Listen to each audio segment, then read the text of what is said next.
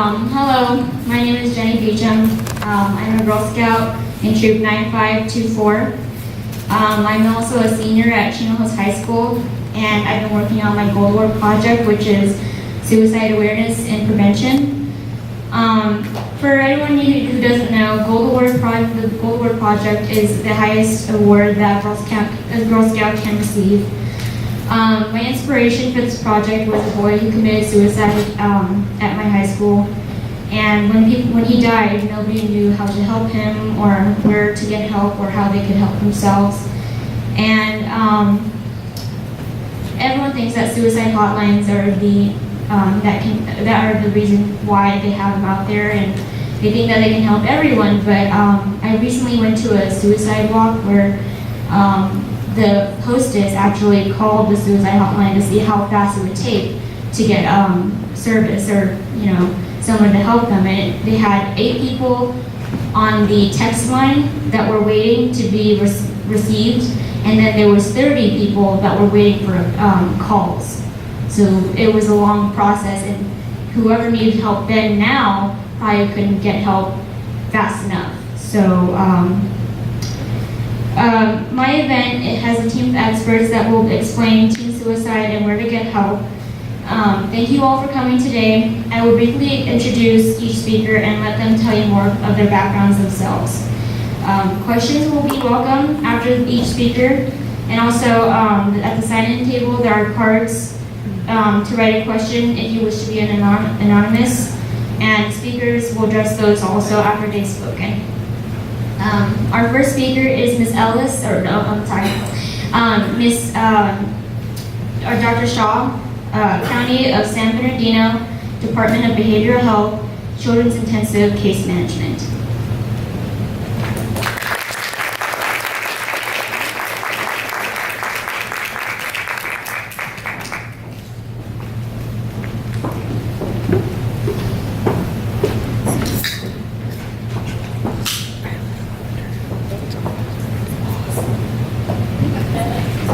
Hello everyone. Hi. Can everybody hear me okay? Yes. Okay. Welcome. I wasn't expecting such a great turnout, so this is really awesome. Jenny, congratulations for all of your hard work.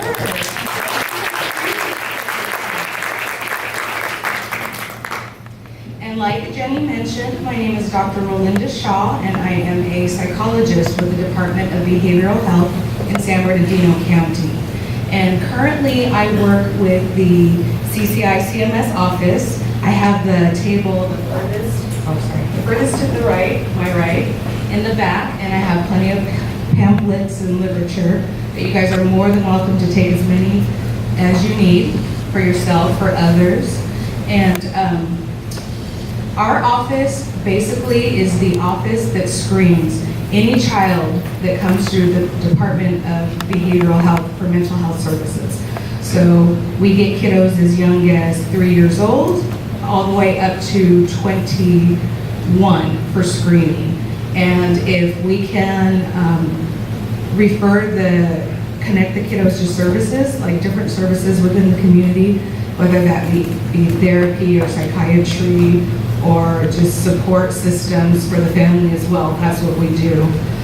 If a kiddo ends up on one of our caseloads, it's because they're the highest utilizers of mental health, meaning they're also in the foster care system, frequent trips to juvenile hall, and also psychiatric hospitals. So our goal is to get our kiddos stabilized and get them to less restrictive services. So I'm happy to answer any questions if you guys have. Please don't hesitate to raise your hand. And thank you for having me. So Jenny, when I first met her, she shared with me her passion and why she was so motivated to get this conversation going.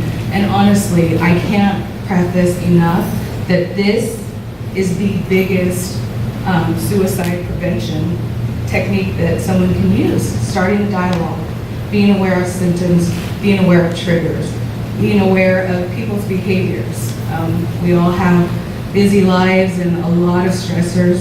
I often tell my kids, well, when I was in high school, and then they laugh at me, of course, But we have to realize as a society that our kids today have so many more stressors than we did, than our grandparents did, than even our parents did. So we see a lot of kids, I mean littles, ages 3 and 4, with severe mental health.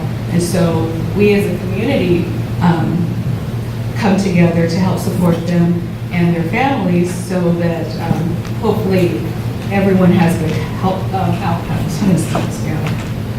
So Jenny wanted me to talk about the warning signs and triggers of suicide. And I recognize that at any time in this presentation that somebody might feel very overwhelmed, and please, if you do, you're welcome to step out for a moment, come back in. If you guys have any questions that you don't really want to publicize, please just come and see me. I'm happy to stay as long as you guys need me to get everything answered. So the easy answer to what are the warning signs and triggers to prevent suicide is there are no easy answers because all of us are different. We all struggle in how any sort of mental illness or mental issues present. I think most everyone in this room could probably relate to have said in the past, oh, I'm so anxious, I feel depressed, I know that, excuse my language, kids today, FML, we all know what that means, like, oh, yeah. So there's terms that we throw out very loosely, but what we're talking about today is when people are really struggling with their feelings and their emotions. So the biggest risk factor for suicide is if someone has a mental health illness. And the most common that we see is depression. Depression followed by anxiety disorders. And we're actually seeing a lot more in the teenage population than before. I think that there's just an overall stress for figuring out your life, going to college, applying, you have to learn 3 languages, GPAs, all of this. And then also any other mood disorders such as bipolar or schizophrenia. Those are definitely the number one things that we look for anytime that in assessing for risk factors for suicide. Also, there are huge factors like if there's a history of suicide within the family, if someone knows someone who's taken their life, if a person has a history or exposure to abuse or violence, and this is actually what we see a lot with our kiddos, and it's any kind of observed or experienced abuse, including physical, sexual, a lot of domestic violence, exposure to parents or caregivers, loved ones, doing drugs, making really poor choices in front of our kids, and they just don't have the capacity to process what's going on and the feelings that come with all of that. So that is a huge one, definitely. Another risk factor is if someone has attempted suicide in the past. That is something we always pay attention to, and we take attempts and talk of it pretty seriously. So, any questions up until now? No? Okay. So, the biggest thing that we see with teenagers and please, I'm including like junior high children as well when I say our kids, is that they tend to have very impulsive behavior. And a lot of times that's just risky stuff, cutting school, trying drugs, breaking simple laws that, stealing, stuff like that.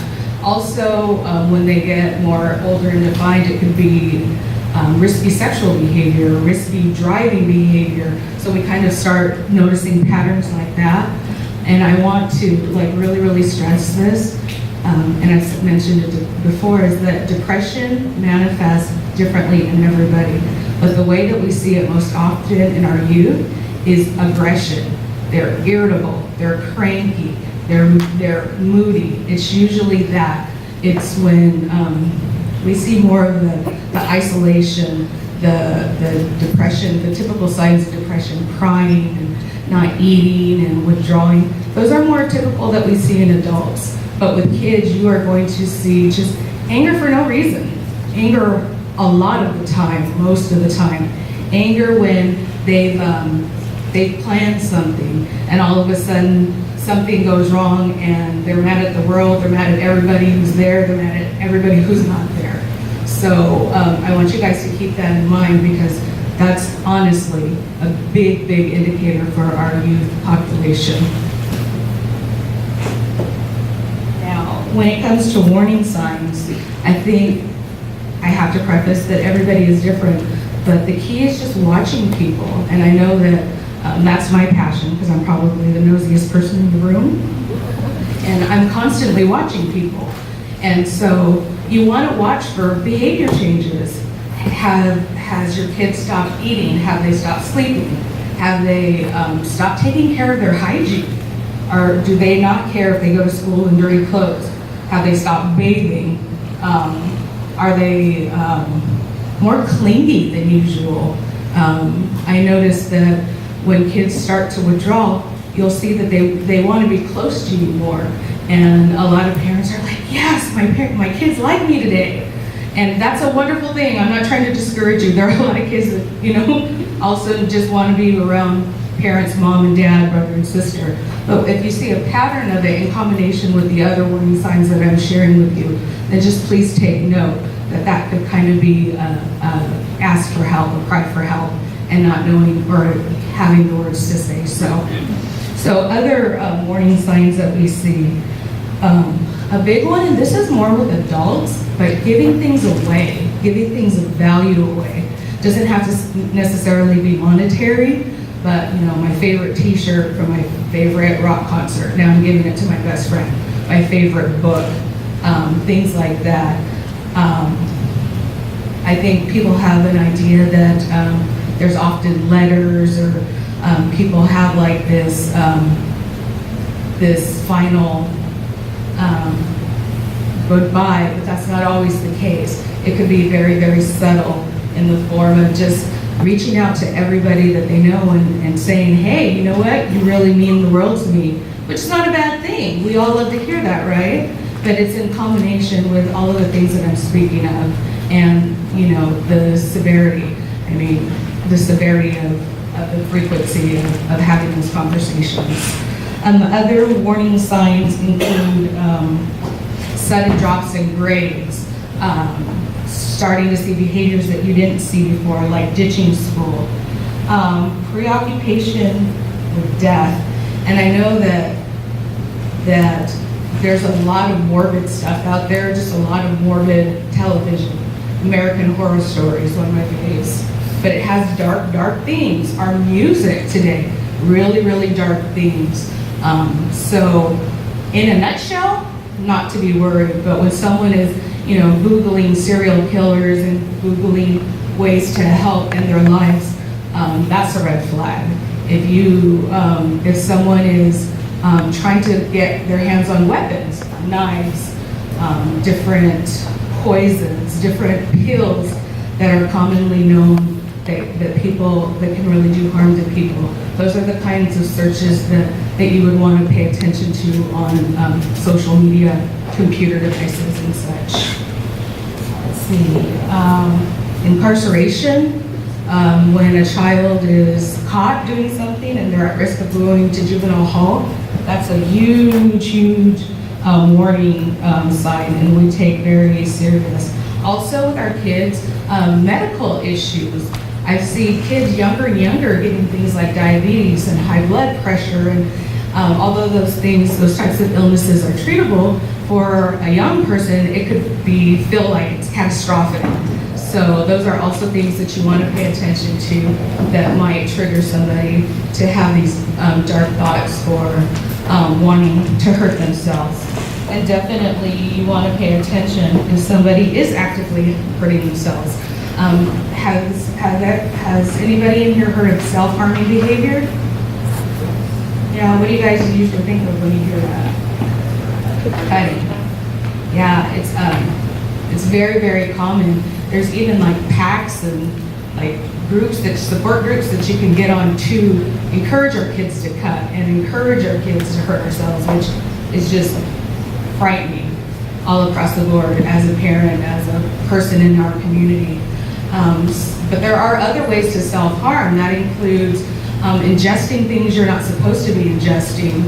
A lot of asphyxiation right now, kids trying to make themselves or each other pass out, not realizing the severity the consequence, the finality of death. And that's one thing that I want to also stress is that when a lot of times people don't know how to have the conversation, and you just have to start. I recommend it, the earlier the better. My rule of thumb that I tell all my parents, my sisters, my siblings, you teach your kids not to have secrets. We don't have secrets. You don't have secrets with anybody. Because when a child learns to have secrets is okay, then that's when we're teaching them to keep things from us. So definitely start there. Also ask the questions, because a lot of people feel that talking about suicide will make somebody want to commit suicide. And I promise you that is absolutely not the case. We're finding actually the opposite. It's helping people to seek help. So I know that I'm standing up here telling you to start the conversation. Well, how do you start the conversation? How are you feeling today? How are you getting along with your friends? Are you still thinking about college? Are you still excited about college? Are you looking forward to going to the military? Start it with a basic conversation, and when, or you could be more direct, like myself, I'm a pretty direct parent. I noticed you stopped talking to me for 24 hours. I must have done something to upset you. Let me know when you're ready to talk about it.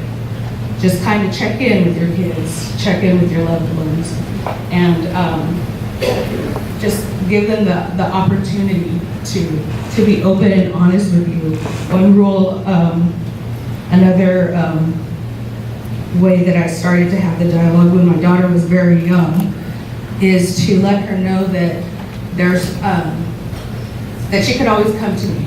Didn't matter what she thought the consequence would be, that if she told me, Mom, this is safe time, that she could tell me anything and I wouldn't get mad. Now that is definitely easier said than done, because my child was a terror, and she earned it honestly.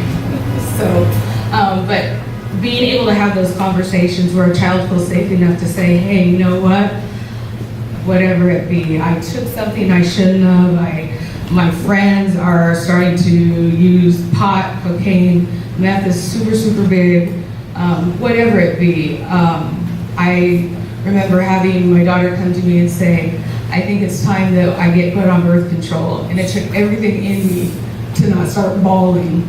I did, of course, for 2 days after, but she doesn't know that. But it's being able to have those conversations openly. So I've mentioned most of the warning signs. The other thing that Jenny asked me to talk about were triggers. And this is a hard one, guys. Triggers are different for everybody, but one thing I will say, and a lot of people don't really think about this, is that smell is our strongest of sense. Because it's tied with memory. So oftentimes people don't realize the power of smell. For example, I know that before I was working here, I worked in the Twin Towers LA County Jail for 10 years. And they always encouraged us as clinicians, don't wear perfume. Okay, don't wear perfume, I get it. I worked with men, I'm a woman, I don't want to wear perfume anyway. But it went more than that. It went with the scent of my shampoo, the scent of my lotion. Some things would trigger people to be really, really mad at me and get comments like, oh, you remind me of my mom. Oh, well, that's cool, thanks. And I hated my mom. So I'm like, oh man. So remember things like that. I know that a lot of like workspaces are sensitive to, not to wear perfumes and loud scents. That's one of the reasons. It could be anything from food to environmental smells. It could be sounds. It could be songs on the radio that'll trigger somebody. The triggers are honestly different from person to person, but the biggest trigger that we see is when a child is re-exposed to past abuse, whether that be a parent coming in their life that hasn't been there for a while, a death. Death can often trigger, and that's death of a loved one, death of an animal. I don't know if anybody out there is like an animal lover, not like my mom, but she will cry over a goldfish for days. She's very, very sensitive, and we try to like not make fun of her because she's just a sensitive soul. But I know a lot of people take death of animals, part of their family, very, very seriously. Kids, breakups feel like the end of the world, and I have to remind the adults in the room, you guys remember your first love and your first crush and how intoxicating that was? I'm seeing yeses and nos. Yeah, we have to be sensitive because we're, as adults, are likely to say, it's not a big deal, get over it. There's plenty of fish in the sea. But for a child in that moment, that relationship was everything. So honestly, just to pay attention and listen. Another big epidemic that we're seeing right now, is bullying. There's a lot of bullying. I didn't have cyberbullying when I was in high school because we didn't have the internet. Oh my gosh, the kids are like, oh, embarrassing. But we did it. We didn't, I think it came out in like 92, 93. So we didn't have what you guys are experiencing today, where people can say things about you, not only in school, but now it's all over the world because everything is public. So that is definitely a huge trigger. That's something that we always make sure. And also to talk to our kids' friends to find out, make sure our kid is not the bully. My kid was the bully. Yeah, so that's something that I would have only learned from her friends because, we always think of our kids as being the most perfect reflections of ourselves. So a lot of the video that Jenny started to play, I won't talk over it, but it started with feeling alone and feeling like there was no hope. And those are the hardest things, whether you're working with a child or an adult, to have that conversation. And I remember when I first learned to talk to kids, it wasn't having the conversation, well, do you feel suicidal? Do you want to die? No. You can ask those. Those aren't wrong questions, but those are often questions that will shut a person down. You want to ask questions like, hey, have you ever thought about going to sleep and not waking up? You want to ask questions like, do you ever think about people in the world being better off if you're not in it? Because oftentimes those are the questions or the thoughts when someone talks about having suicidal ideation that they're thinking about, that they just don't see their purpose, their reason for being here, their connectedness to others. So again, I really, really encourage you guys just to have the questions. And it's okay as loved ones, as parents, to say, this is really hard for me to talk about. This is kind of awkward, but I really just want to check in and make sure you're good. And know that if you ever are feeling like you need help, you can come to me. And the last thing that I want to leave you guys with is what you do when somebody says, yeah, I need help. Because suicide ideation, does everybody know that term? Most people? Suicide ideation is basically anytime that somebody is thinking about suicidal thoughts. So as a professional, when our kiddos are experiencing Great Depression or feeling sad or lonely or depressed, we ask, do you have thoughts of harming yourself? Then we ask, do you think about how you would do it? And if they say, well, yeah, I think about, hanging myself, Well, then we want to know, well, do you have access to ropes? Do you know how to tie a knot? I know this is like really grim stuff, but these are the questions that we ask. If they talk about, I want to jump in front of a train, well, I want to know where you live. I want to know how close tracks are to your home. I want to make sure that people in your family know that, hey, these are things that we need to, keep medicines locked up, keep, of course, guns locked up, anything that would be a possible threat to a child. But overall, those are the types of things that you want to do, and you want to have a safety plan. This is what I started to say. When you come across somebody who is telling you that they're struggling with feelings of wanting to hurt themselves, that is the best time to start a safety plan. And what I mean by that, okay, how about a scale? On a scale of 1 to 10, how sad do you feel today? How depressed? Fill in the blank, whatever the child, whatever the youth has told you they're experiencing. Alone, sad, not loved. On a scale of 1 to 10, how are you? Oh, okay, I feel 3. So when you say you feel 3, do you need support from me? No, I just wanted you to listen and know I was having a good day. Okay, so what's the number that you would give me that tells me that I need to pay attention, stop what I'm doing, and give you 100% of my attention? Oh, okay, maybe like a 6? You allow them to pick that number, whatever it is, 5, 2, 10.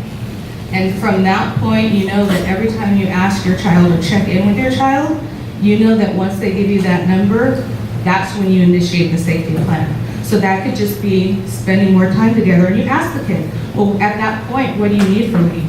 It could be more time together, going to see a movie, scheduling a special outing, making dinner together, watching TV together, whatever it is for that child to feel a sense of reconnectedness to you, that's what you want to do. And you want to have a list of a few things that they can do. That's one thing immediate.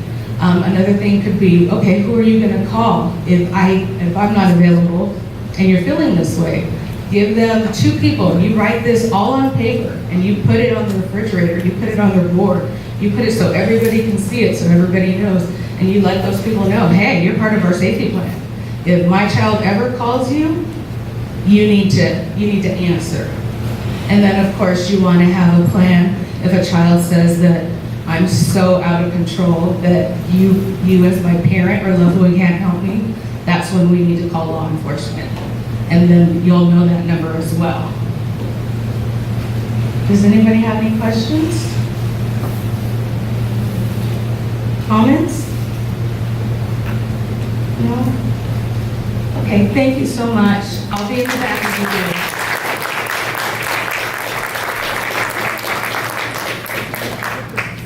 Thank you, Dr. Shaw, for the amazing tips and the comments. Our next speaker is Ms. Kathy Ellis. She is the president of NAMI Chino Valley. She has been for 18 years. She is a teacher of NAMI's educational program called Family to Family. I think she has some posters in the back about that. Her volunteer work began when her husband was diagnosed with mental health issues in 2000. Since then, Kathy enthusiastically engages and educates our community through presentations, educational programs, and speaking engagements. She continues to run the NAMI Family Support Group in Chino at the Carolyn Owens Community Center for the past 17 years. She created a program called Breaking the Cycle, a peer educational program for inmates. It was the first of its kind, and after 7 years, is still teaching the inmates in the Chino prisons. Chris passed away March 7, 2014. His death certificate reads that he passed away from suicide. Gosh, it's been over 4.5 years, and I thought I would never get to this moment where I could be in front of an audience and talk about Chris without shutting down here and here right in front of you. So this year has been a lot of healing for me, even this month.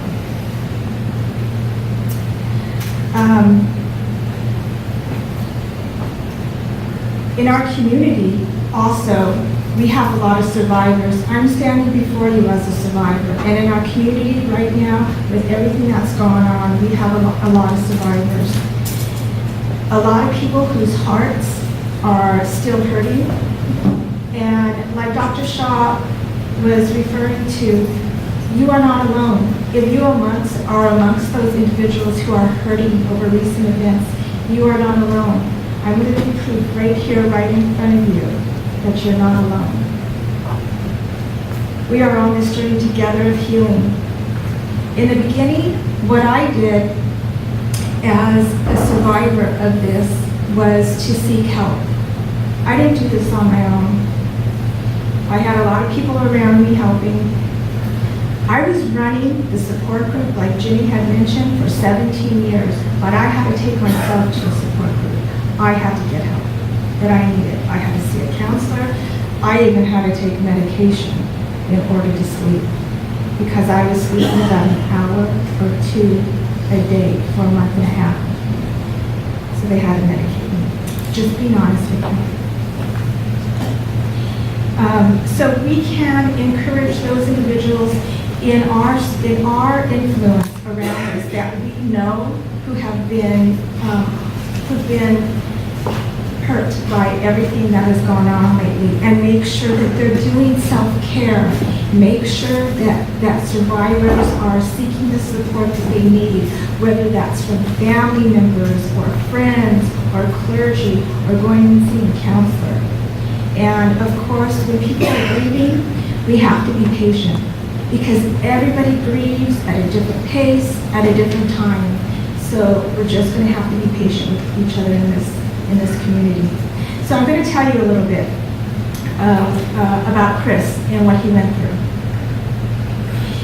During that time in March, he was having a really rough couple months. His bipolar disorder was looking more like depression during this time because he had had a bit of a medication change in his life.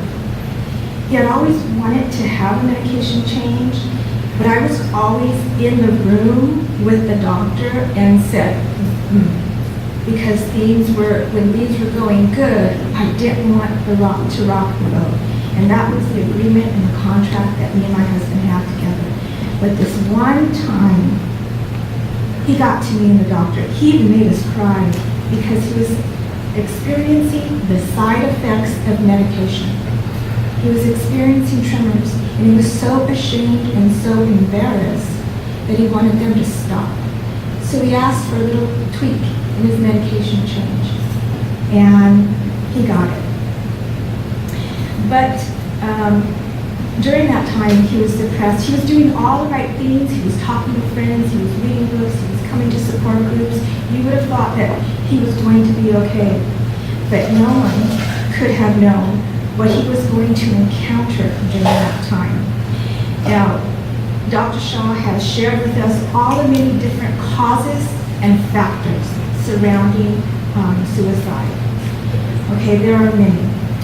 But during this time, Chris was trying to get some of his family members to understand that he was ill. But they were not buying it. They were saying, a man just gets up early in the morning and goes to work. Why can't you? I have problems in my life. I get up, I go to work. Why can't you? I don't believe you're sick. I believe that you can fix this if you want to.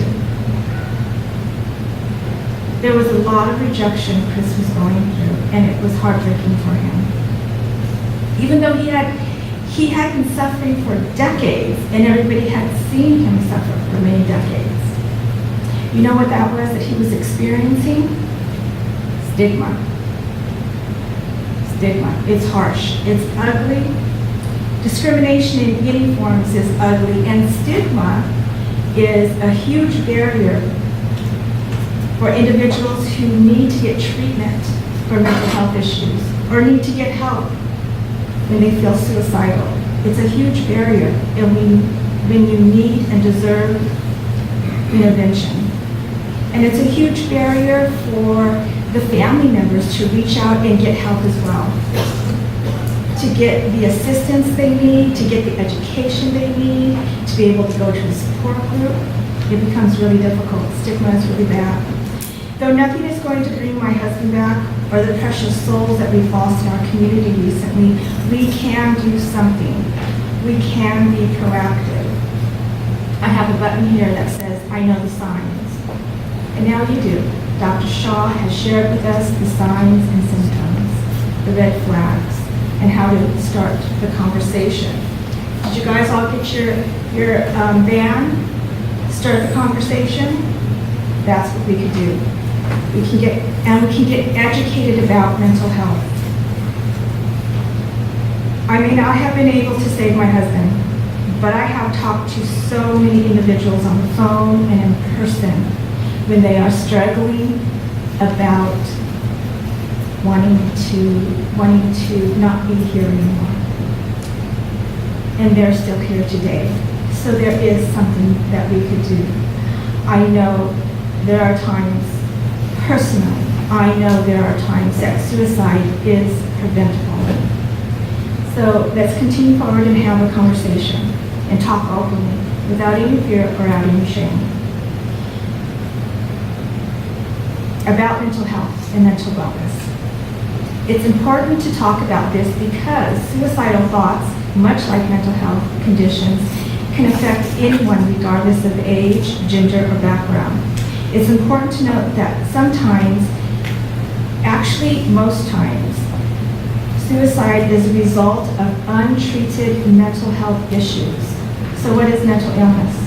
Mental illness is a condition that affects a person's thinking, their feeling, or mood. It may affect someone's ability to relate to others or function in everyday life. Each person will have a different experience. Even people with the same diagnosis, they'll have a different experience. Mental illnesses are neurobiological brain disorders caused by a biochemical imbalance in the brain.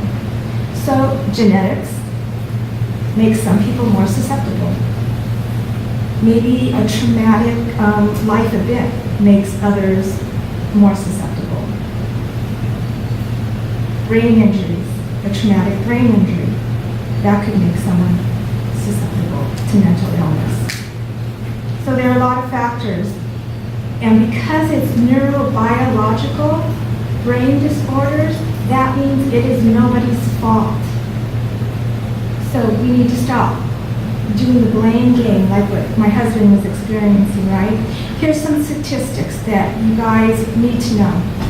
1 in 5 families experience a mental health crisis each year. 1 in 5. Did you guys know that? Did you guys know that? That's a lot of people. 1, 2, 3, 4, 5. And then the person that knows them, their family. So we all know someone who's affected. We all do. Half of mental health conditions begin by age 14. 90% of individuals who die by suicide had an underlying mental health issue. Did you know there are more hospital beds? Listen, there are more hospital beds filled with individuals who have mental health issues than there are people in hospital beds with lung disease, heart disease, and cancer combined. It's a large issue, and we need to be aware. Our prisons, our jails have become America's largest mental health institutions in this country. And that's what our Chino Police Department is trying so hard to make a difference. We can't stick our heads in the sand anymore, can we? On this issue of mental health or suicide. But what we can see, this is what I want to see. In NAMI, what we want to see is a whole new generation educated on mental health and not stigmatized by the conversation. Are you guys going to be this generation? I see heads nodding up and down. Are you guys going to be this generation? Yes. Oh my God, I hope so. Change it, change people's minds. Don't let stigma and discrimination keep us from having this conversation. You guys are so awesome. Because I know that we all want the same thing. We want to see our youth get treatment before a tragic event strikes. We want to see them get a diagnosis if that's the issue, before mental illness interrupts their education or before an inappropriate incarceration. We want to see them get services, treatment, and support. Services, treatment, and support. STS, SOS, services, treatment, and support. There's good treatment out there. Take advantage of it. There's people from our city who are going to come and talk later about the resources and services this great city has to offer. When Chris was first diagnosed, it was tough. I remember the stigma and the denial we were both going through, the whole family. And I found NAMI all those years ago, and the education was very empowering. If you need help, there's no shame. Listen, mental wellness is important to all of us. This affects all of us. The brain's just another organ in the body. And if it gets sick, it needs medication. Mental illness is just as credible as diabetes, as cancer, as heart disease, as asthma. Anybody here have diabetes or asthma? If you do you take your medication? And if you take your medication, would any of you ever withhold the medication for asthma or cancer back from a friend? From a loved one? Would you say to a cancer patient, just get over it? Would you say to a cancer patient, I think you need to have a little bit more faith. Why don't you go to church more? No, we wouldn't do any of this.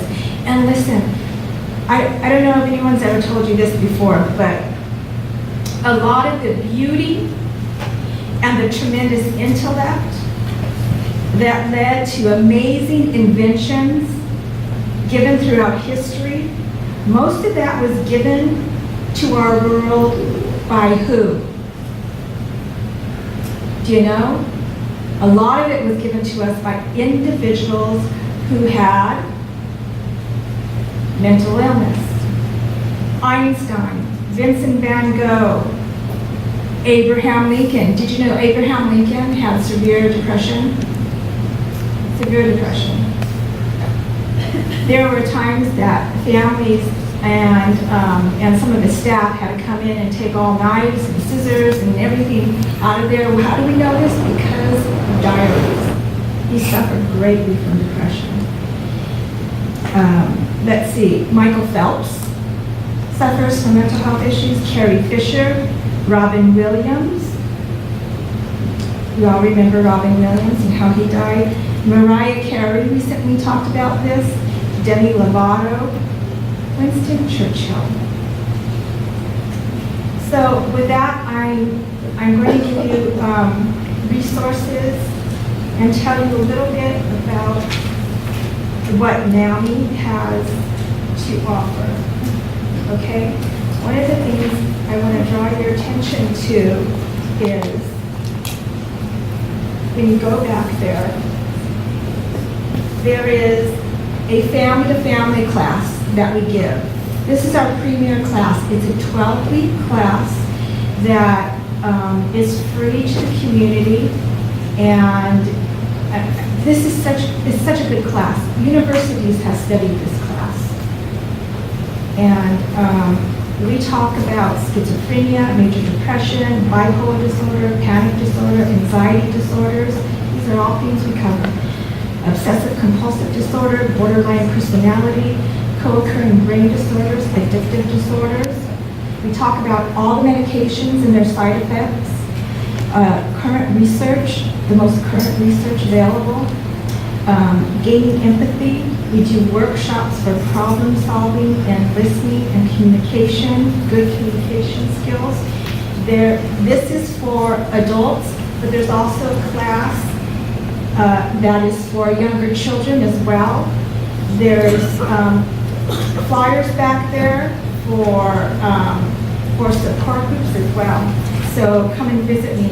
Another thing that we can do today is this: 100% we can cure stigma.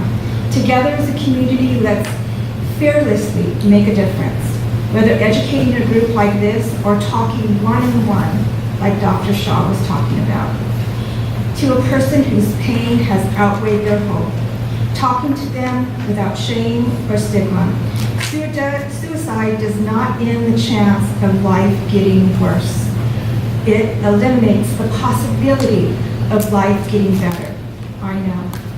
So together, let's turn the tragedies that we've had recently in this community in a way that honors those we lost and brings hope and resilience back to our community. Thank you guys. Thank you for listening.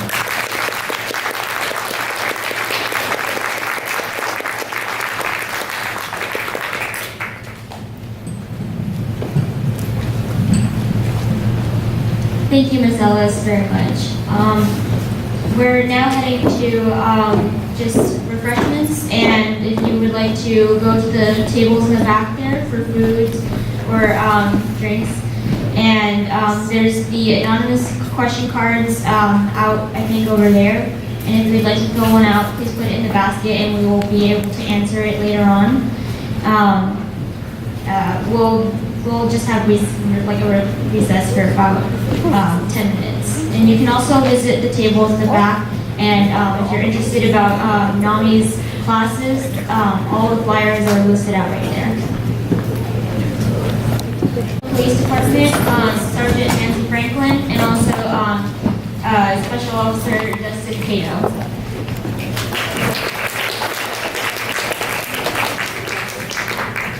Hi, how's everybody today? Good. Thank you guys all for coming. I really appreciate it. And you guys are probably thinking, the police, why are the police here? What do they have to do with mental health? But what I wanted to share with you guys is the Chino Police Department has a crisis intervention team. So how many people knew about that? Does anyone know about that? There's probably a few hands. So in October 2016, we went forward with implementing our crisis intervention team. So what that is a team of 13 officers that are specially trained in crisis intervention. And that team is able to proactively go out and contact people in our community who are living with mental illness and maybe aren't connected to the resources, don't know what's out there, or maybe just don't know who to call. They kind of feel alone. They don't really know what is available to help assist them, their loved ones, or family. So we saw a definite need for that, and we've partnered with the Department of Behavioral Health on that, with Miriam and Tori in the back there. They're probably going to be shy and not talk too much, but they've been a really vital role in helping us to not only train people in our agency, but also within our city as well, that work for our city. And so our crisis intervention team, what we do is we have yellow cards that look like index cards. So we made those up. It has a lot of information on there to be able to capture really important information about people that maybe are experiencing mental health crisis or living with mental illness that need those resources. So those cards are available to all of our police officers. Our police officers carry them usually in their pockets on their uniforms when they're out patrolling the streets. And if they come across somebody, whether they're called to someone's residence or whether it might be an individual that they deal with or they're seeing on the street, and if they believe that there is a mental health issue going on where it would be beneficial to have that individual talk to one of our CIT members, they'll fill out that card.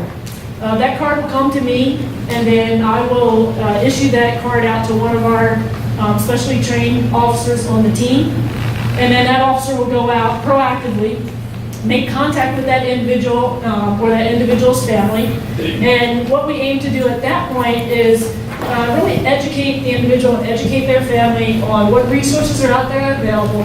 We will actively assist them in linking them with those resources, linking them with programs through the Department of Behavioral Health. We've also partnered with NAMI as well to assist in educating our officers and educating people in our community as well.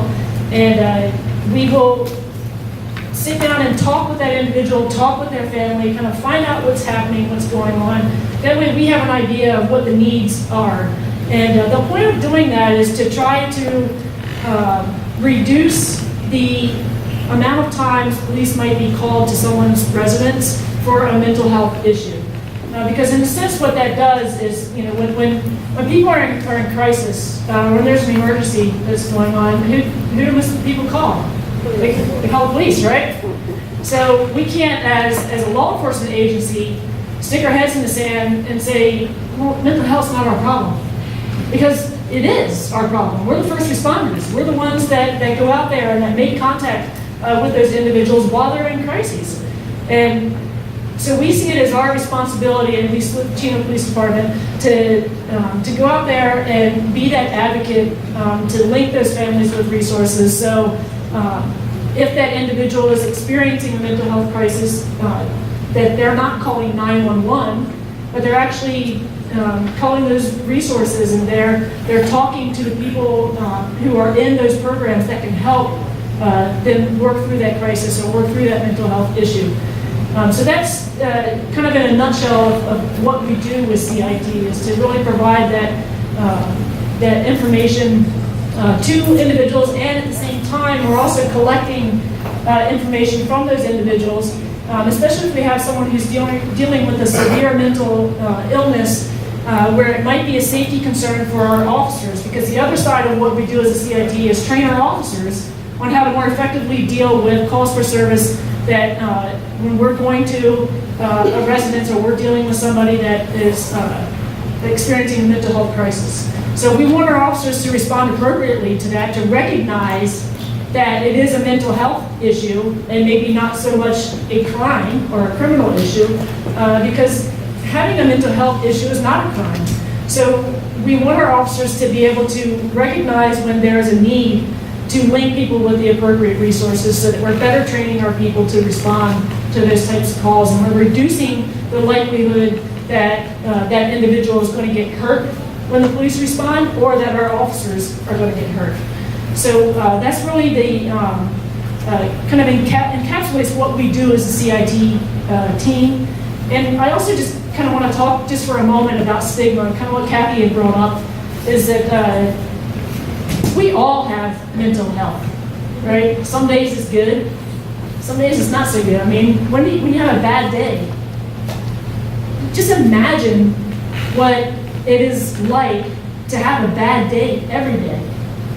And understand that people who deal with mental health issues, sometimes they can't control that. So put yourselves in their shoes and remember that last bad day you had, and imagine having to live every day of your life like that. So have some compassion, some empathy towards these individuals that are dealing with the mental health issues, because it does touch everybody. Just like Kathy shared some statistics about 1 in 5 people will deal with a mental health crisis at some point in their lives. I would venture to say it's probably a low statistic, right? Everybody in this room probably knows somebody, has somebody in their family, a neighbor, a friend, or someone that is touched somehow by mental health. So just be that catalyst for the change of reducing the stigma. We're working very hard at Chino Police Department to change law enforcement's perspective of our role with mental health. And we'll be presenting at a conference next week in Sacramento, a state conference for crisis intervention, to help bring that message to other law enforcement agencies, to change the perspective of how law enforcement views mental health in their role. Does anyone have any questions up to this point about RCIT? Yes. Can you mention on our advice on kids in high school, where do they report to? Do they report to the police officer? Do they report to school officials? Do they report to the school police officer first? And is there any resources for that? There is, and Officer Cato here, he's our school resource officer. He is our most tenured school resource officer here in the city of Chino, so that's why we brought him on board today to talk to you guys about that. Specific to your question, whoever that student trusts the most. It doesn't have to be any one individual. You can't say, oh, well, if you have that, you have to go to the principal or you have to go to SRO. Whoever that student has the most trust, the best relationship with, that's who I would send them to and tell them to go to. Okay. So with that said, I'm sorry, yes. I have a question. Yeah. Is there a direct line, like a phone number line, contact when someone's in crisis, or you prefer for us to contact just 911? I would say just call 911. With Chino Police Department, the same person that answers 911 is the same person that's going to answer our business line. So it's all one and the same. And I would hate to say that you know when someone's experiencing a mental health crisis, oh well that doesn't rise to the level of 911. Maybe it does, because if that person's in a crisis, there's something really going on there. So I wouldn't call who you're comfortable with calling. If it is a true emergency like that, obviously the police are coming regardless. And I would also encourage you, if you know of somebody who you think could benefit from being in contact with us to be able to link with resources, please let me know. I'm at the table. I'll be at the table in the back. My email is really easy to remember. It's nfranklin@chinopd.org. Feel free to send me an email and let me know that you may have somebody that you think would benefit from our program, and I'll send our CIT officers out to make contact with that individual, with their families, and help to educate them on what resources are out there, what help is there, and how we can help make a difference in their lives. So, okay. So without anything further, I'll be available to answer more questions. I don't want to go too long on my time. But I also want to introduce Officer Dustin Cato. He's our school resource officer. Up until this year, he was at Don Lugo High School. He is also, he's now the SRO at Buena Vista High School, and is really familiar with the programs and things that are out there to help our students.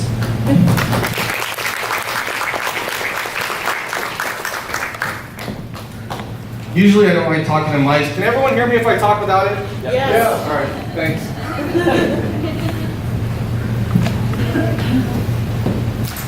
So my name's Dustin Cato. I'm a parent, soccer loving fan, just like all of you guys. I got 2 kids that play club soccer, that are in schools and everything growing up, dealing with everything that you guys are dealing with right now too. On behalf of the school resource officers, thank you guys for being here. I hope one day we're at a point to where a room like this fills up. Just so you guys know, my role as a school resource officer isn't just to take kids to jail. How many of you guys have heard that? It's all over the news all the time. That's not my primary responsibility. As school resource officers in our city in Chino Hills, we use a triad concept, which is counselor, educator, law enforcement officer. We're all 3 of those things in one. 90% of what we do is probably informal counseling. Whether it's a kid just coming up to us and saying they're having a bad day, they need help with grades, or they're suicidal, or something's happened to them. Those relationships that we build is the core of everything. We look at all these kids like they're our own kids. So I don't just have 2 kids, I got over 30,000 kids in this district if I were to go to a school. When I had Don Lugo last year, the 5 years I was there, I had 1,800 kids that were my own kids. That if they got in trouble, I cared about just as bad as if it was my own kids. Now at Buena Vista, I got 200 kids that are my own kids too. And I hope that all those kids in those schools know that, and I tell them that all the time. But we're not there just to arrest them. We're there to help them out. You would be surprised about the need that some of our kids have out there. When we grew up, I'm in my 30s, a lot of you guys are around the same age as me. When we grew up, we had parents that were involved. We had parents that would talk to us about stuff, show up at our sports games, ask us about our homework, They were with us all the time to the point where we thought they were annoying because they would never leave us alone. We're at a point now with parenting to where parents don't want to be the parents anymore, they want to be the best friends. And they're not engaging with their kids. We got kids that are acting out nowadays because of it. I got kids that I run into, they get arrested because they're asking for help. They need somebody to be engaged with them. We got kids that are being bullied. We got kids that are hurting. Everything that goes on in the city, I'm being honest with you, goes on in the school. Doesn't matter if you're on that side of the freeway or this side of the freeway. It's the absolute same everywhere. We're dealing with drugs, we're dealing with social media, we're dealing with threats, we're dealing with bullying, and unfortunately, we're dealing with suicides. With that comes along mental health as well. Our schools are dealing with this every day. We have to work together as a community to do that. To answer your question, sir, about if something's going on in school, who should they report things to? Like my sergeant said, whoever they're comfortable with. Absolutely. If the student's been bullied and they come to you, how do you guys handle it? So right now, we don't have any laws that make it a criminal violation to be bullied. If it's just somebody talking without threats being involved. But we can counsel those students. We work hand in hand with the schools. So if a kid comes up to me and says, hey, Officer Cato, I got this social media thread. They're just trashing me on social media. I don't want to come to school. You know, I've been absent the last 10 days because I'm just so sick to my stomach. I don't want to go to school. I can be that liaison to go to the school, talk with the administrators. Hey, I got Johnny that's afraid. This is what's going on. What can we do to help out? We start the process. The key is getting the word to somebody that they trust so that we can start the process. Because all too often, we don't find out about it until after it's been going on for a while. You know, it gets to the point where the kids haven't told anybody, they get into a fight, then all of a sudden, hey, why did you get into a fight? Oh, Jenny was sending this stuff and she posted all this stuff about me. Why didn't you tell us? If they would have came to us, sometimes we could prevent it. When they do tell you, do you take a report? If it's not a criminal matter, depending on what it is, we can take a miscellaneous incident report, depending on what it is, sometimes the severity of it. But if it's a school matter, we don't get involved in school discipline, so it would be a school investigation, they would document it on their side. We don't get involved in detentions, suspensions, expulsions, any of that at all. If it's a school rule violation, the school administrators have to handle that themselves. We want to make sure that line is clear because we don't want kids not to trust us on one side of it, so that if they need to talk about something that's not a crime, that we can be a counselor to them. But on the other side of it, we have no place coming into your kid's education and sitting there and issuing out school discipline. That's what a school administrator is for. That's what they're paid for. And we're not going to overstep that line to do that. But the key is getting that word out there. All too often, you know, with threats, somebody will have a threat on Facebook, they'll see it, they'll wait the weekend, and then they'll come into the school on a Monday or Tuesday to report it. And by that time, Facebook posts, Snapchat posts are gone, unless somebody screenshotted them. If it was a legitimate threat, what if something happened on the weekend or on that Monday before anybody can talk to anybody? Let's talk about suicides. We hear about these Facebook and Snapchat posts, you know, with kids saying that they're going to harm themselves and committing suicide and filming it now.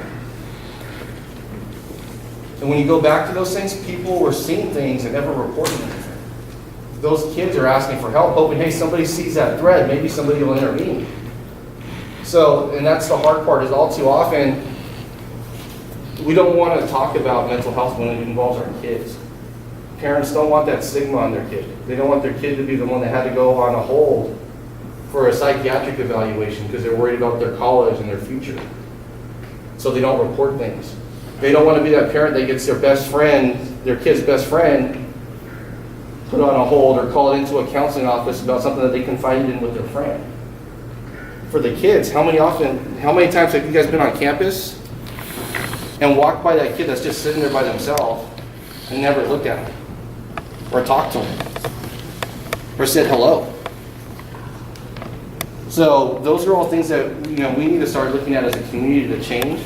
You know, for the kids that are on my campuses, I probably annoy them because every time I see them, I'm always saying hello or how are you doing or whatever, even if they're sitting there talking to their boyfriends or girlfriends with headphones in their ears, kind of a thing. But I hope they know that if they ever need anything, they can come to me. You know, the police department, we don't close. So if something's concerning and with your kids and it's 1 in the morning, you call us at 1 in the morning. That's what we're here for. The worst case scenario they're gonna say is, hey, we're gonna check into it.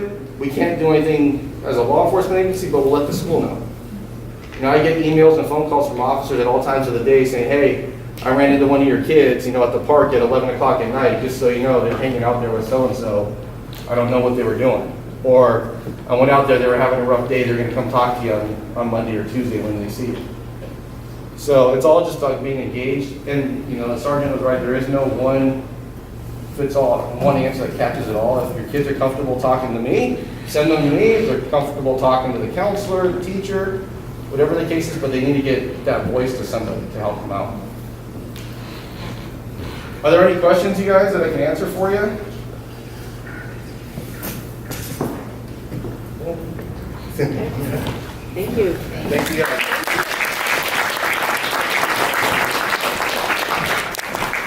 From the City of Chino, Human Services, Community Services Coordinator, and she is also my project advisor on this Gold Award.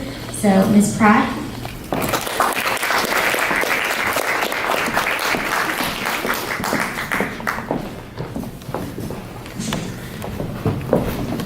All right, good evening, everyone. My name is Myra Pratt. I'm a Community Services Supervisor for the City of Chino, overseeing our prevention and intervention programs.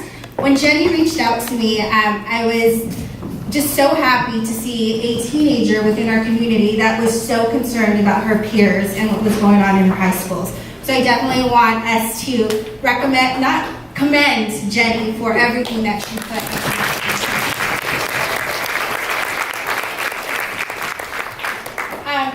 Within the city, we have collaboration with the Chino Valley Unified School District and also the City of Chino Hills for their mental health services.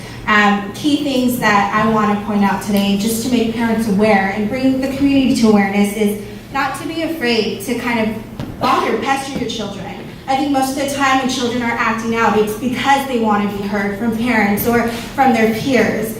If you are a teenager here or a young child here, if your friends are confiding in you and telling you vital information about how they're feeling, it is okay to break that trust. That can save their lives. It's brave to actually go to an adult or a counselor or just anyone on campus that can help support you guys.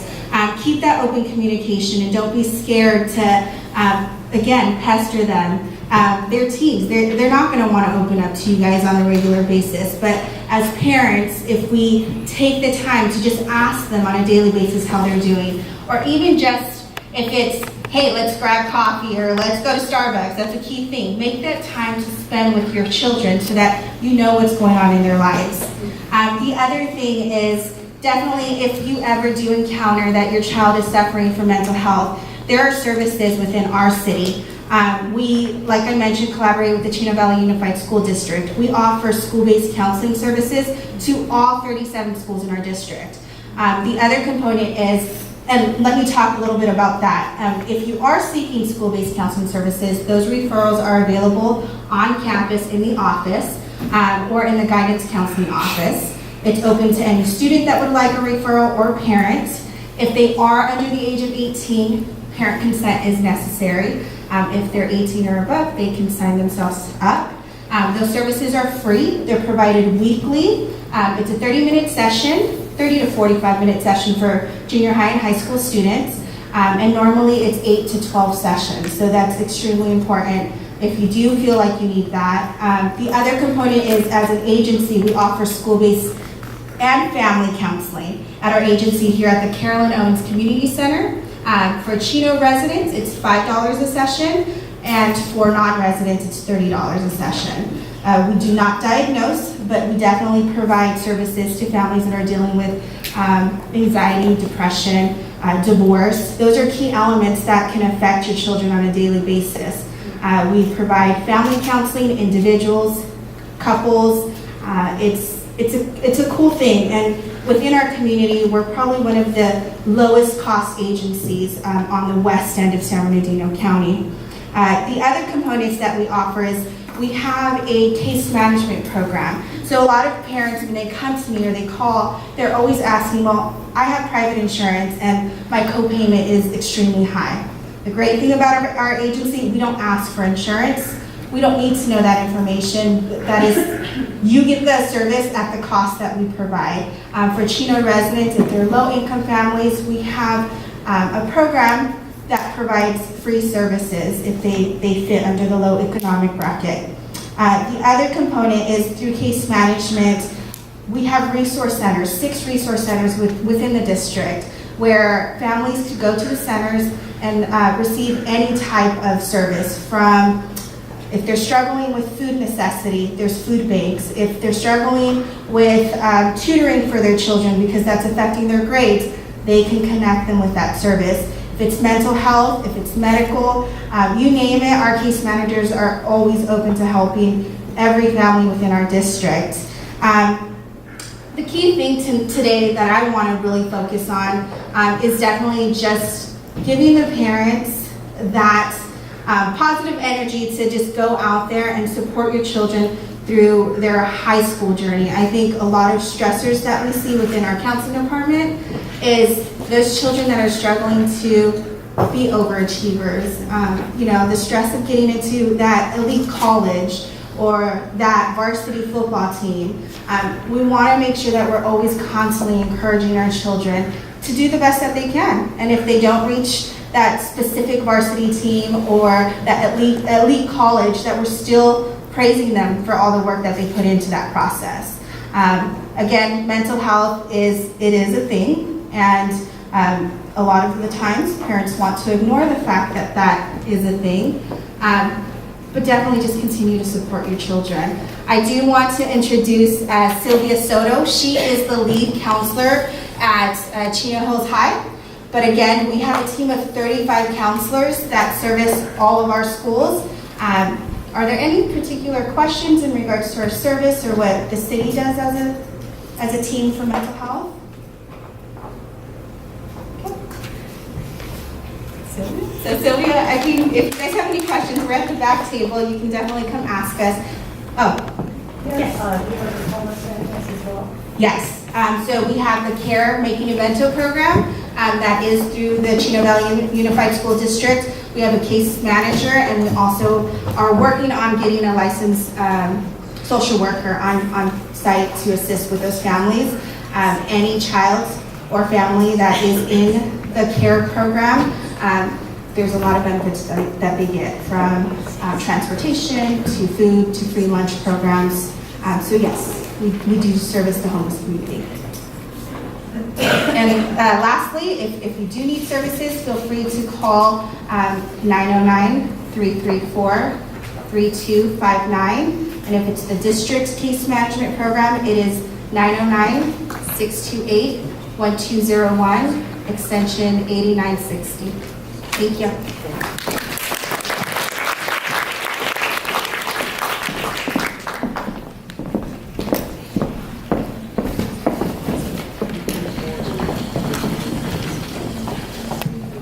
Thank you, Ms. Pratt. If we could get all the 5 speakers to come back to the front, we're going to be doing anonymous questions for about 15 minutes, and everyone turned in questions to the basket. So Dr. Shaw and Chino Police Department and Ms. Myra, so and Ms. Ellis, can you guys all come back? Sorry. Let me get the questions.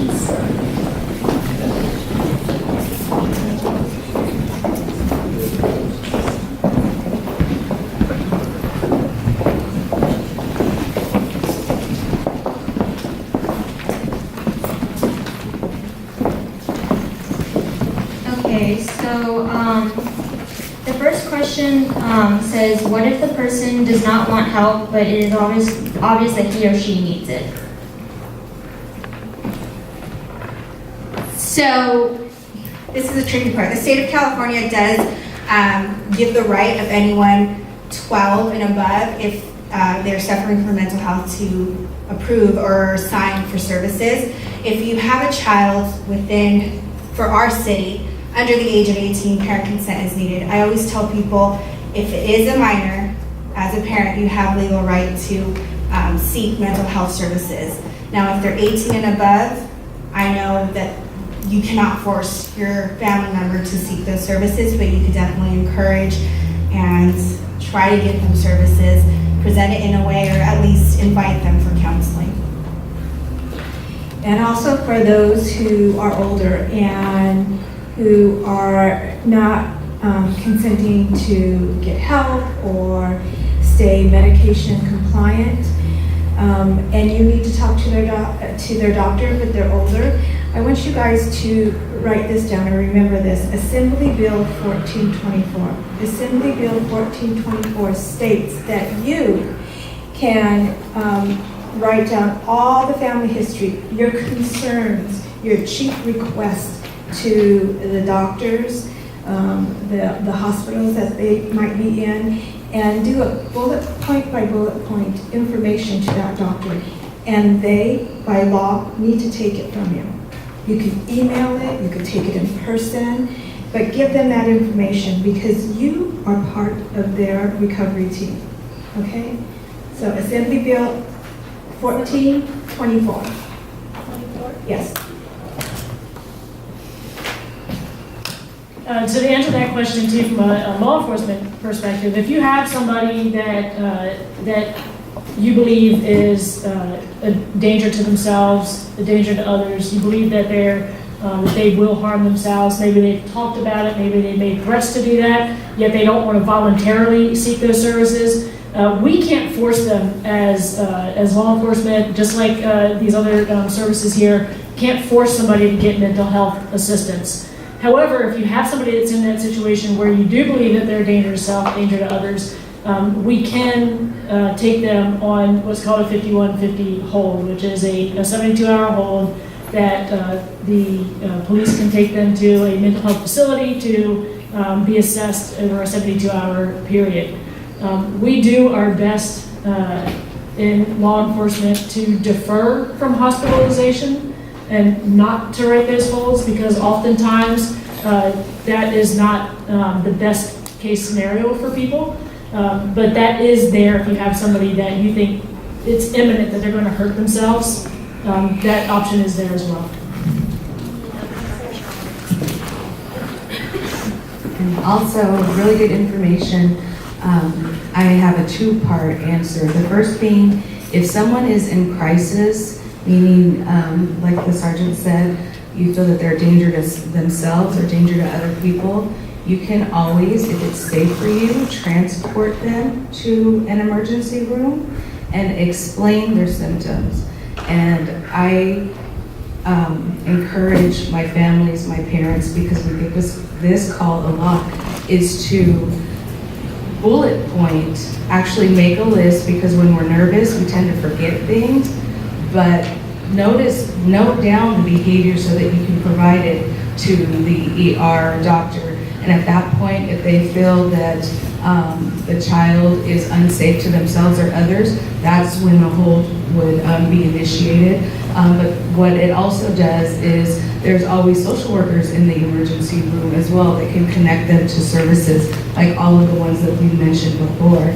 Now, the other part of that answer is if the child isn't in crisis and they're opposed to therapy, I just kind of assume that is kind of what we're talking about, then there are so many different types of support in our community. We have TAY centers in San Bernardino County that are geared at working with teenagers, from everything to socialization, mental health, anxiety. They do fundraisers, they do fun things. We can get kiddos connected to that. You can always reach out and call any of us. We can link you to services such as like mentorships. I know Boys and Girls Clubs of America. There's a lot of different avenues that we can link our kids to get them closer to being open to talking about their mental health issues. Oh, it's a teen transitional age youth. Sorry, thank you. And that services age kids 16 to 25 in our community. Okay, and I, Dr. Shaw, you also mentioned your CSUs in lieu of an emergency room, the CSUs that they're our crisis walk-ins? Yes. Okay. Yes, actually, we just have a new one on our campus, but there are also flyers back there. If you guys are ever find your kiddos or yourselves in crisis, any loved one, we do have walk-in centers that are open 24/7 that has full access to psychiatrists, RNs, therapists, and that are full of knowledge and resources that can also assess a child or an adult for safety. And there's three that I know that are established and one that just opened in San Bernardino. But I think it's Rialto, the Upper Desert, and there's one in like the Yucca Valley area. But those are also aware, and please take flyers. I have plenty back there. And the Department of Behavioral Health also just opened up a center in Fontana as well. It's a crisis stabilization unit with both juvenile beds and adult beds there as well to assist people who are in crisis. To really avoid taking them to an ER if you don't have to. Just like what Kathy mentioned earlier about the number of beds that are occupied in our hospitals with people with mental health issues versus people with serious medical issues. We're trying to help alleviate some of that traffic through the emergency rooms, and DBH is doing a great job opening up residential treatment centers and crisis stabilization units to help with that. Okay, the next question, part of it is a background story, but they say, how can I help my daughter who is away at college, who was told she suffers from depression, but won't be medicated or believes that she is. She has cut herself, and I feel helpless being so far away from her. How can I get her help without running away or shutting me out?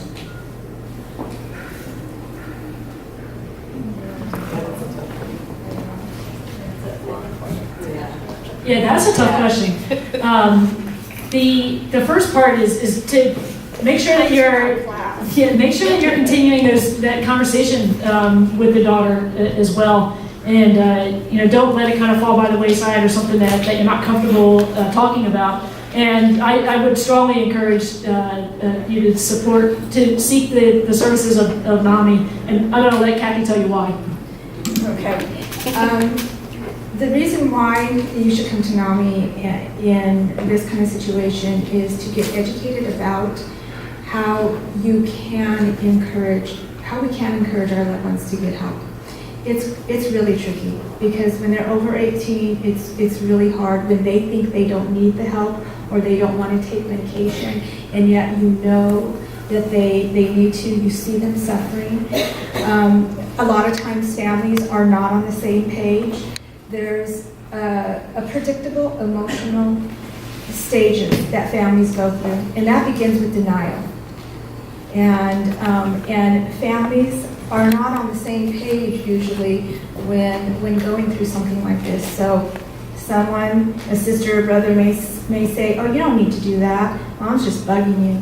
So I really strongly suggest to come out and get the kind of support that you need to hear what other families have done, because there's a whole lot of answers to this question of what you can do. It's what works best for your family. Okay, so come out to NAMI, whoever that was. Yeah. Yes, and this is a really great question, very complex, but I'm taking off my clinical hat for a moment and speaking as a parent.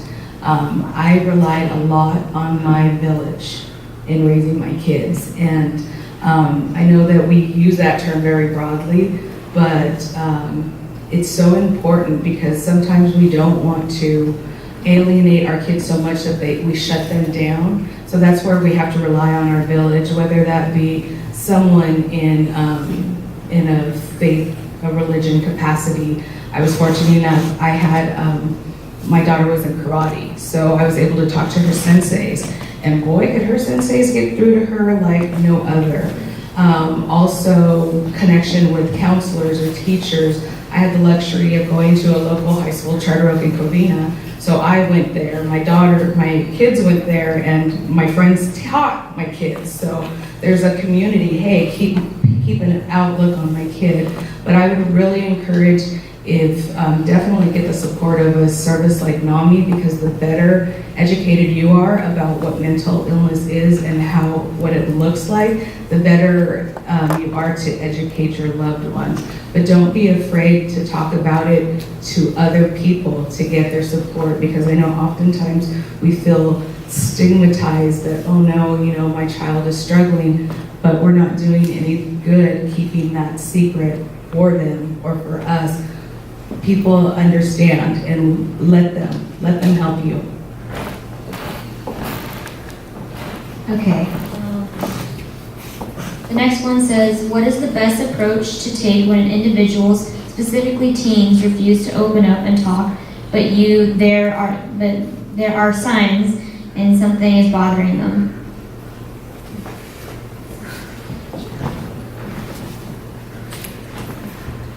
One way, I know conversation with teenagers is especially hard, because first of all, they think that we don't understand what they've been through, and for some part that we have to validate that, because that is true. My generation is different from my children's generation. One thing I encourage a lot in my working with the family dynamic is start a communication log. And that can look like anything. It can be those little cheap composition books or any kind of notebook. It could be typed, but honestly, there's a lot of emotion that comes out that people aren't aware of when they actually physically write.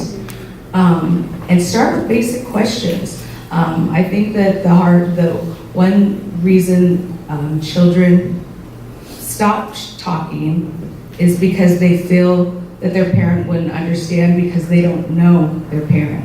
And I tell my kids all the time, ask your parent, do you know how your parents met? Do you know where their first date was? Do you know what their first car was? Start with questions like that. What was their first pet? What was their first experience in high school?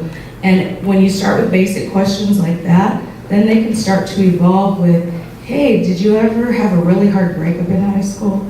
Did you ever fail a class? Did you ever go out for a sport that you didn't make? Those are all valid questions, and it gives the kiddos insight.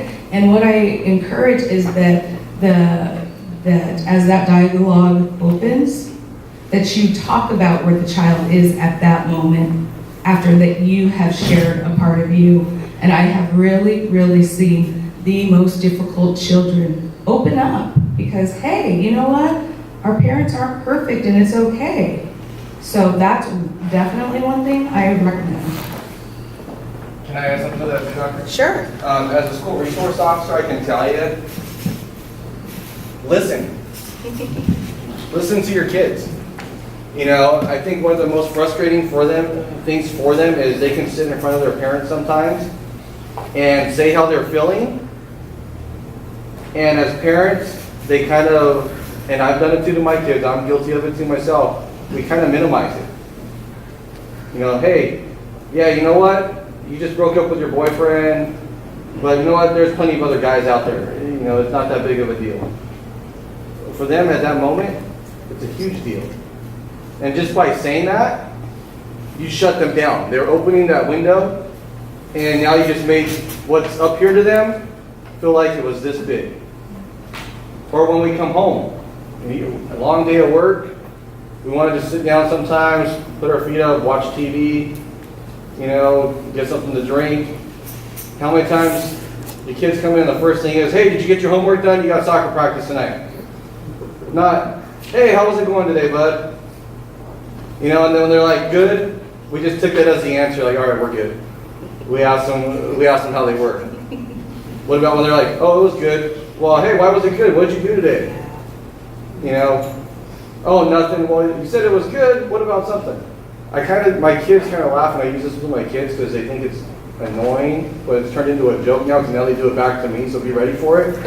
Because it'll be, well, what about this? What about that? And I'm getting them to talk to me about it, because my oldest one, he doesn't like to talk.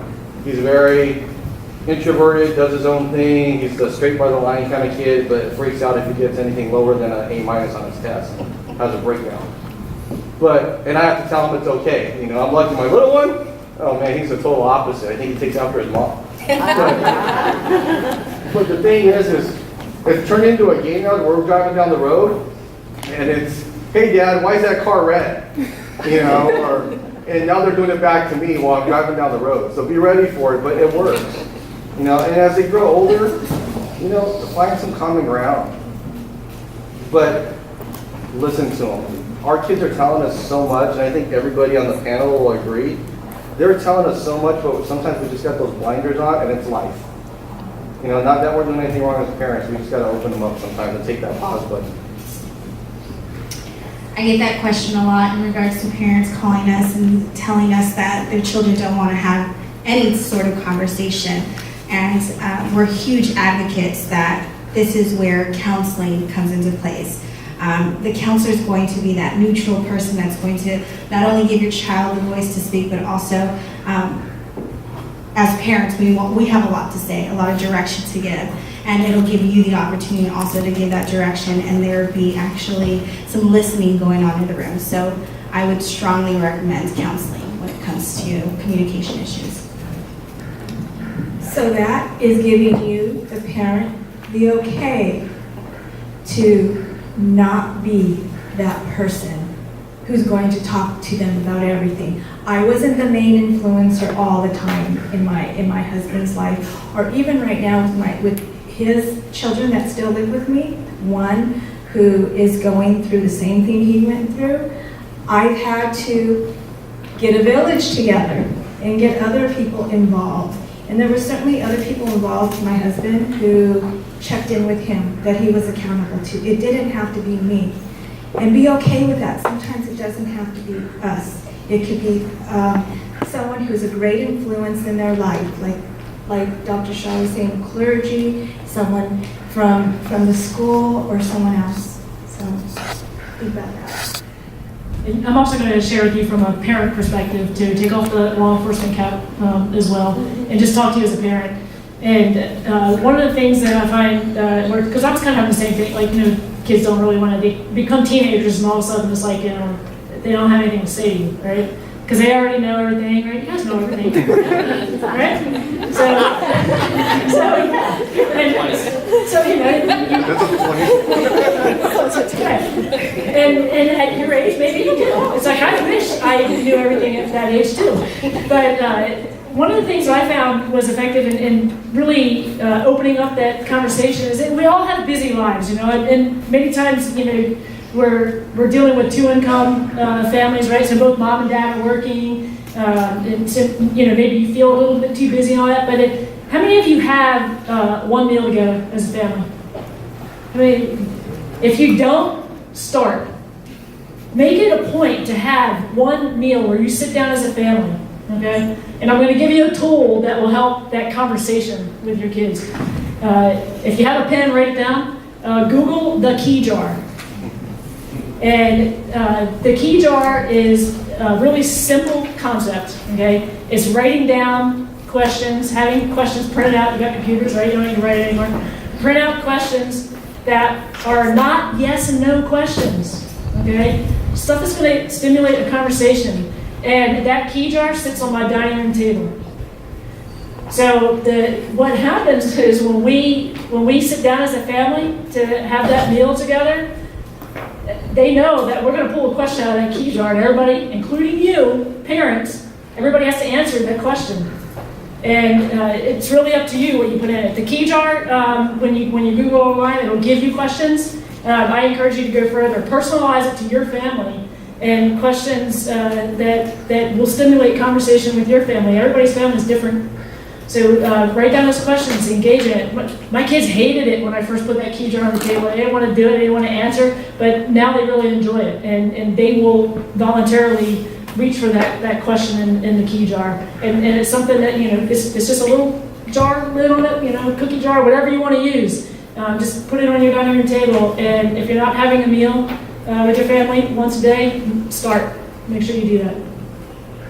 Okay, so we're actually going to end the anonymous questions right here, but if you guys did turn in an anonymous question, please feel free to ask them. They are all here in the back tables. And you guys have, there's a survey that we have, and I hope that you guys will turn it in at the check-in table. And thank you all for coming. Thank you all for speaking also. And also thank you to my mom for helping me organize this event. We spent so many hours just since planning this since June, and it's been a long process, and this is just mostly part of it, but I still have a little more to go, but it's mostly done. And thank you so much for helping me achieve this.